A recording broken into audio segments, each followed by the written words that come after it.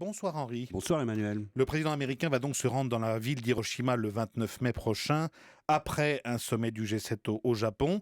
Il va devenir ainsi le premier chef de la Maison-Blanche à se recueillir sur les lieux mêmes de l'attaque nucléaire qui avait fait 140 000 morts.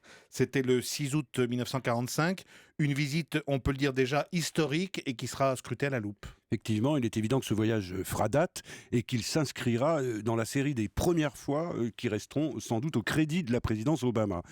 Comme son voyage en Birmanie, qui avait entériné la fin de la dictature militaire, et surtout son séjour à la Havane, qui a ouvert une nouvelle époque dans les relations entre les États-Unis et Cuba. Avant lui, seul l'ex-président Jimmy Carter s'était rendu à Hiroshima, mais c'était après son départ de la Maison-Blanche. Barack Obama avait manifesté dès le début de son premier mandat son intention de se rendre sur place pour rendre hommage aux victimes, mais aussi pour manifester son engagement en faveur d'un monde délivré de la menace atomique, un monde zéro nucléaire, selon sa formule de l'époque. Mais ça n'avait pas été possible jusqu'ici.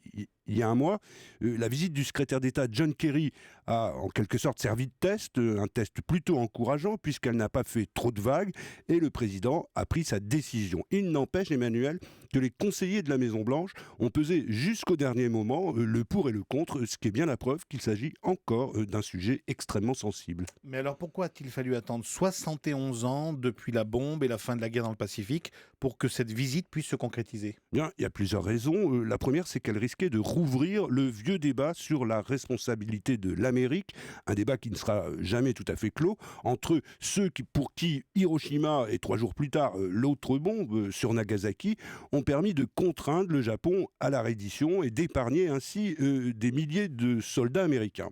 Et puis ceux qui considèrent de l'autre côté qu'il s'agit d'un crime impardonnable qui a en outre ouvert la boîte de Pandore d'un monde menacé désormais par l'autodestruction. Or, le président ne voulait pas s'attirer les foudres des associations de vétérans américains, ni même polariser la droite américaine qui s'oppose, comme vous le savez, par principe à tout ce qu'il entreprend.